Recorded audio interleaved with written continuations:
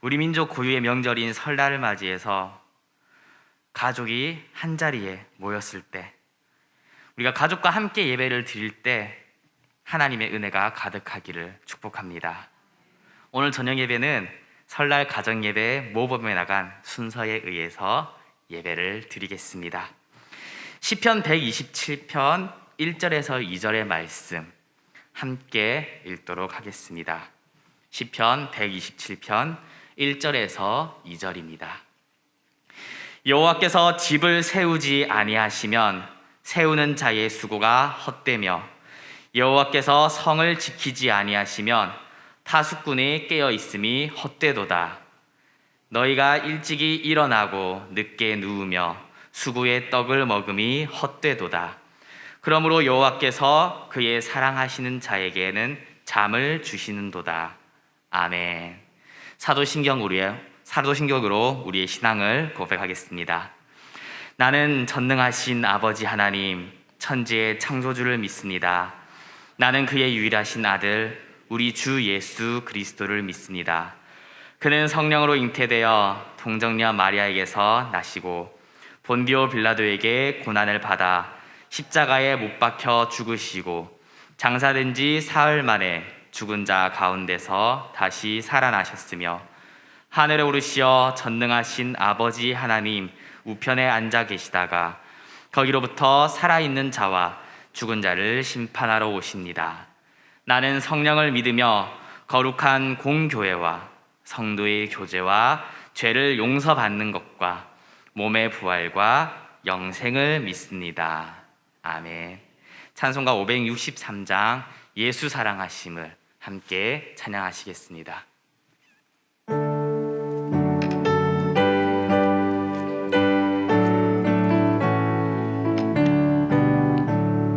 예수 사랑하심을 성경에서 배웠네. 우리들은 약하나 예수 권세만 도다. 날 사랑하심, 날 사랑하심, 날 사랑하심 성경에 쓰였네. 나를 사랑하시고 나의 죄를 다 씻어 하늘 문을 여시고 들어가게 하시네. 날 사랑하심, 날 사랑하심, 날 사랑하심 성경에 쓰였네. 내가 연약할수록 더욱 귀히 여기사 높은 보좌 위에서 낮은 나를 보시네. 날 사랑하심, 날 사랑하심, 날 사랑하심 성경에 쓰였네. 세상 사는 동안에 나와 함께 하시고 세상 떠나가는 날 천국 가게 하소서. 날 사랑하심, 날 사랑하심, 날 사랑하심 성경에 쓰였네. 아멘. 그리고 가족 구성원 중에서 한 분이 대표 기도를 하시면 되고요. 네, 아까 너무나도 은혜로운 대표 기도를 하였기에 넘어가도록 하겠습니다. 오늘 함께 읽을 하나님의 말씀은 창세기 12장 1절에서 3절의 말씀입니다. 창세기 12장 1절에서 3절의 말씀 한 절씩 교독하시겠습니다. 여호와께서 아브라함에게 이르시되 너는 너의 고향과 친척과 아버지의 집을 떠나 내가 내게 보여줄 땅으로 가라.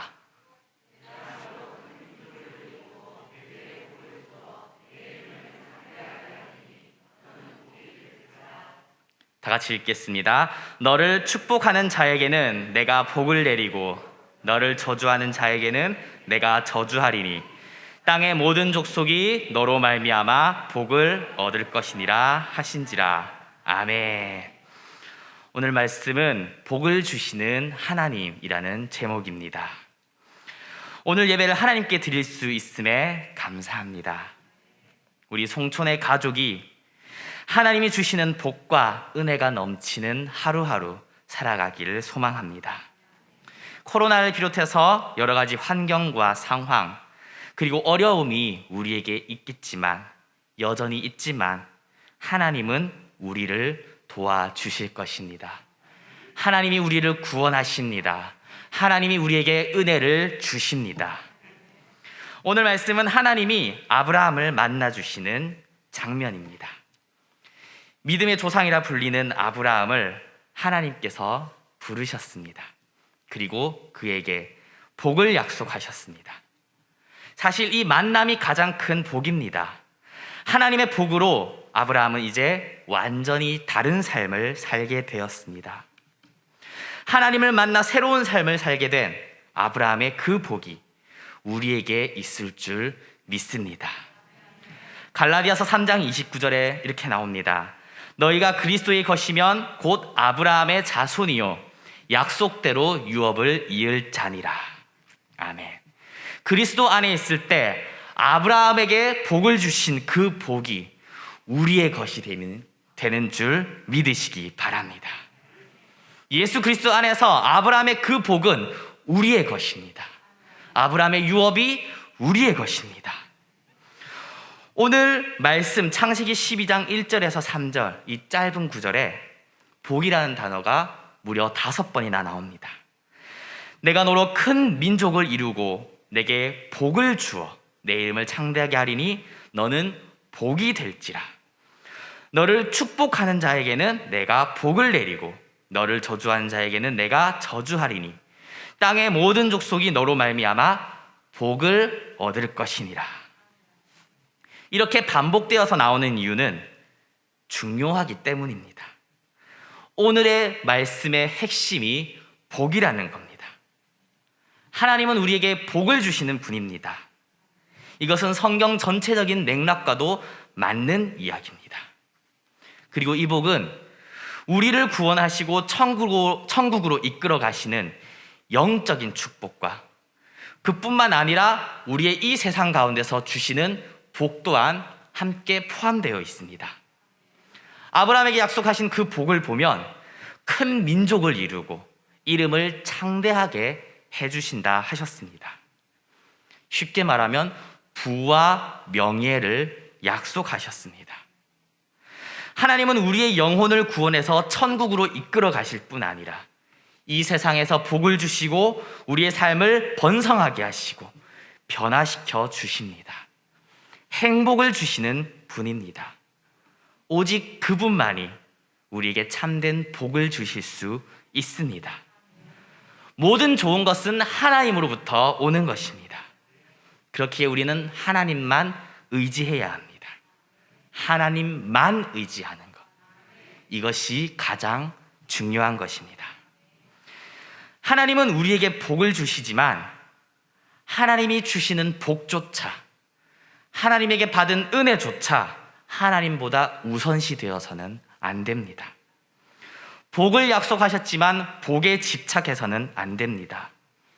명예를 약속하셨지만 내 이름을 알리기 위해서 내가 그것을 위해서 살아서는 안 됩니다. 하나님은 아브라함에게 너를 저주하는 자를 쳐라, 내가 도와주겠다, 이렇게 말씀하지 않았습니다. 너를 축복하는 자는 내가 복을 내리고 너를 저주한 자는 내가 저주하겠다, 이렇게 말씀하신 겁니다. 여기서 저주하는 자가 아브라함에게 악을 행하고 아브라함을 정말 우리가 생각하는 저주하는 자만을 이야기하는 것은 아닙니다. 여기서 사용된 단어 카랄의 의미를 좀 살펴보면 가볍게 여기다, 하찮게 여기다, 이런 의미도 포함되어 있습니다. 아브라함을 가볍게 생각하고 무시하는 사람들에게 하나님이 개입하셔서 아브라함의 이름을 높여주시겠다, 친히 높여주시겠다 약속하신 겁니다. 자신의 이름을 높이기 위해서 노력했던 사람들의 이야기가 이 앞에 창세기 11장에 나옵니다. 그들은 바벨탑을 쌓았고 자신들의 이름을 거기에 새기고자 했습니다. 그러나 바벨탑은 무너졌고 그들은 모두 뿔뿔이 흩어졌습니다. 반면 아브라함은 많은 재물을 얻기 위해서 노력하지 않았습니다. 그러나 하나님의 도움으로 자신의 실수까지도 복으로 바뀌게 되었습니다. 명예를 위해서 달려가지 않았습니다. 그러나 소돔과 고모라의 왕들을 구원했고 아비멜렉은 화친을 청하러 왔습니다. 그 지역 모든 왕들은 아브라함을 존경하게 되었습니다. 지금도 아브라함은 믿음의 조상으로 우리가 생각하고 있습니다. 진짜는 하나님이 주십니다. 진짜 복은 하나님이 주십니다. 하나님이 세워주실 때, 하나님이 복을 주실 때 참된 부와 명예를 얻게 됩니다. 영적인 복과 물질의 복이 우리에게 임하는 줄 믿으시기 바랍니다. 세상은 자기 밥그릇을 자기가 챙겨야 한다 이야기합니다. 그러나 하나님이 주시는 복은 그렇지 않습니다. 내 밥그릇을 내가 챙기는 게 아니라 하나님이 챙겨주십니다. 그렇기에 내가 생각한 것보다 더 큰 그릇으로 주십니다. 예수님께서는 우리에게 오른뺨을 치면 왼뺨을 돌려대라고 말씀하셨습니다. 오리를 억지로 걸게 하는 사람에게 심리까지 동행하고 겉옷을 빼앗아 가려고 하는 사람에게 속옷까지 주라고 말씀하십니다. 이상한 말입니다. 강도가 들어서 자신의 물건을 막 뒤지고 찾아서 훔쳐가려고 하는데 거기 아니고 여기가 돈 많은 곳이니까 여기를 봐, 이렇게 말하면 안 되잖아요. 하나님의 말씀은 마치 그런 것 같습니다. 악인을 대적하지 말라고 말씀하십니다. 망하기에 딱 좋습니다. 이런 사람을 우리는 두 글자로 호구라 부릅니다. 그래서 저는 말합니다. 거룩한 호구의 길. 하지만 하나님이 우리의 밥그릇을 챙겨주실 것이기에, 우리의 손해를 하나님이 갚아주시기에, 우리의 억울함 또한 하나님이 갚아주시길 때문에 우리는 할 수만 있는 대로 모든 사람과 평안을 누리고 착한 행실로 그리스도를 전파해야 합니다. 그리고 그것이 바로 그리스도인으로 살아가는 방향입니다. 이렇게 삶으로, 우리의 행동으로 하나님을 신뢰하는 것입니다.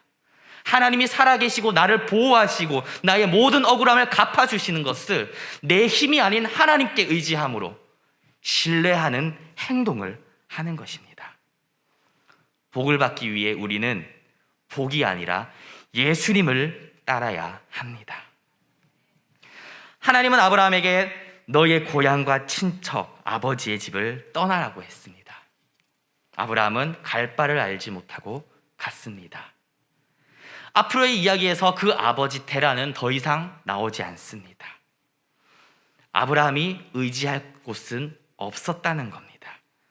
그 집을 떠나야 했습니다. 자신이 의지하던 모든 것을 버리고 하나님을 따랐던 것입니다.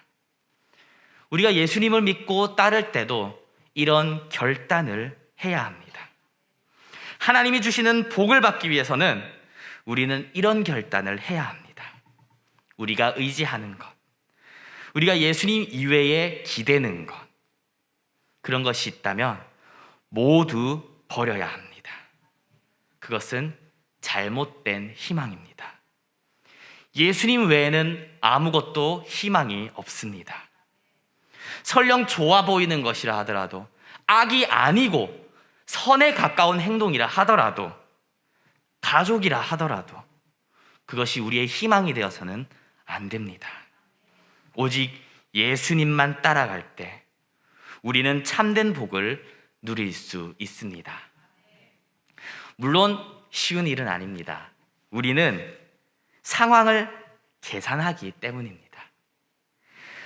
우리의 상황은 계산할 수 있지만 하나님은 우리의 계산에 들어가지 않기 때문에 이것이 쉬운 일만은 아닙니다. 미래를 예측할 수가 없습니다. 그런데 하나님은 자신이 포함되어 있지 않는 미래의 계획을 뒤엎으시는데 매우 탁월하시다는 거, 경험하신 분들은 다 알고 있을 겁니다. 하나님을 인정하고 그분이 하실 일을 기대하는 것이 우리가 해야 할 일입니다. 이것은 우리가 구별된 삶을 살아야 한다는 것입니다. 아브라함이 살았던 곳은 가나안이었습니다. 거기는 선한 사람들이 살던 곳이 아닙니다. 그들의 문화는 잘못된 방향으로 향해 가고 있었습니다. 한 400년 정도가 더 지나면 어린 아이 하나 남김없이 모두 죽여야 할 정도로 심각한 죄가 그 가나안에는 도사리고 있었습니다. 아브라함은 그곳에 그들과 함께 지내며 다른 삶을 살았습니다. 거룩한 삶, 세상과 구별된 삶, 거룩한 호구의 삶. 나그네가 지나갈 때 먹을 것과 쉴 곳을 제공했습니다. 전쟁에서 승리했지만 소돔 왕 때문에 부자가 되었다는 소리를 듣지 않기 위해서 오직 하나님 아닌 다른 무엇으로도 나에게 복을 줄 수 없다는 것을 선포하는 마음에서 아무것도 가져가지 않았습니다. 우리에게 유익이 된다 하더라도 하나님께 영광이 되지 않는다면 포기할 수 있는 삶, 그것이 그리스도인이 살아가야 할 방향입니다. 우리는 세상과 구별된 삶을 살아가고 있습니까? 하나님께서 주시는 복을 누리려면 우리는 세상과 구별되어야 합니다. 하나님만 의지해야 합니다. 그때야 우리는 하나님이 주시는 풍성한 복을 누릴 수 있습니다. 사실 이 말씀을 제가 묵상하면서 느꼈던 것은 기쁨보다는 근심이었던 것 같습니다. 하나님이 우리에게 복을 주시는 것도 맞고 분명히 믿고 아브라함이 받은 복도 우리는 알고 있지만 아브라함이 하나님을 따른 후 있었던 수많은 인내의 시간, 그 시간을 생각하니 좀 답답한 생각도 드는 것이 사실입니다. 아브라함이 75세에 하나님께서 부르셨지만 이삭을 낳은 것은 100세입니다. 그 시간, 인내의 시간, 때로는 연단의 시간이 너무 길게 느껴지기도 하고 답답하기도 하고 근심이 됩니다. 미래에 있을 복보다 지금 당장 있을, 그리고 언제까지 있을지 모를 이 시간, 그것이 먼저 걱정되는 것이 저의 솔직한 마음입니다. 아브라함이 도착한 약속의 땅에는 이미 가나안 사람들이 살고 있었고 하나님이 땅을 주신다고 약속하셨는데 거기 사람이 살고 있었습니다. 자신에게는 자녀 한 명도 없었습니다. 심지어 기근까지 들어서 애굽으로 내려갔습니다. 사람들이 두려워서 아내를 누이라고 속입니다. 그렇게 바로에게 아내를 빼앗깁니다. 성경에 나와 있는 미스테리 중에 하나입니다. 70이 되신 할머니가 얼마나 아리따우셨는지, 심지어 아비멜렉이 데려갔을 때는 90세가 다 되었는데, 이해가 되지 않는 성경의 미스테리이기도 합니다. 나이는 숫자에 불과하다는 것을 믿으시기 바랍니다. 어찌되었든 애굽 왕에게 그것도 합법적으로 아내를 빼앗겼습니다. 이걸 누구에게 하소연하겠습니까? 어떻게 이것을 찾을 수 있겠습니까? 도저히 답이 보이지 않는 상황입니다. 그런데 하나님이 아브라함과 함께 하셨습니다. 떠돌이 유목민이었던 아브라함과 위대한 애굽 왕 사이에 하나님이 개입하셨습니다. 하나님이 애굽 왕을 치시고 아내 사라를 되찾아 주셨습니다. 하나님이 아브라함과 함께 하신 겁니다. 조금 더 엄밀하게 말하면 하나님이 아브라함에게 하신 그 약속은 이미 시작되었던 것입니다. 하나님은 아브라함을 가볍게 생각한, 자기보다 하찮게 생각한 애굽 왕에게 저주를 내리셨습니다. 하나님이 아브라함을 애굽에서 높여 주셨습니다. 너를 축복하는 자에게는 복을 주고 저주하는 자, 하찮게 여긴 자에게는 저주를 하겠다고 하신 그 말씀이 이미 이루어지고 있었습니다. 하나님의 약속은 미래의 약속이 아닙니다. 지금 이미 이루어지고 있는 약속입니다. 먼 미래 고난을 지나야만 받을 것이 아닙니다. 그 복은 이미 우리 가운데 시작되었습니다.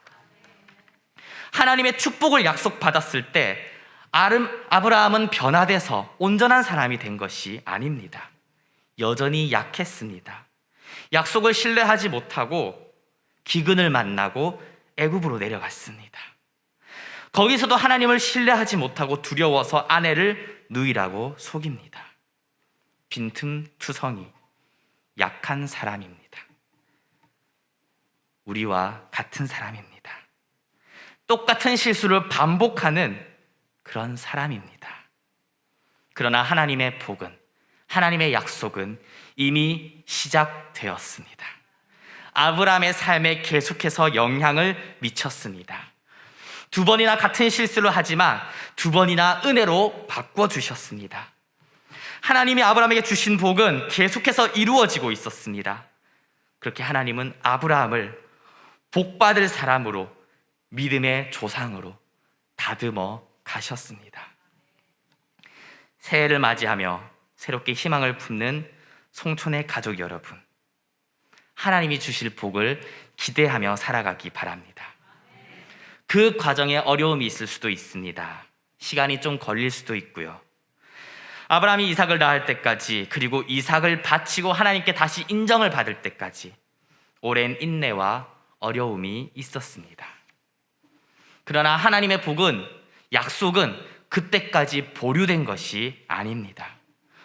오히려 하나님께서 하신 약속으로 인해서, 그 복으로 인해서 우리는 그 자리까지 갈 수 있고, 인내할 수 있고, 버틸 수 있고, 승리할 수 있습니다.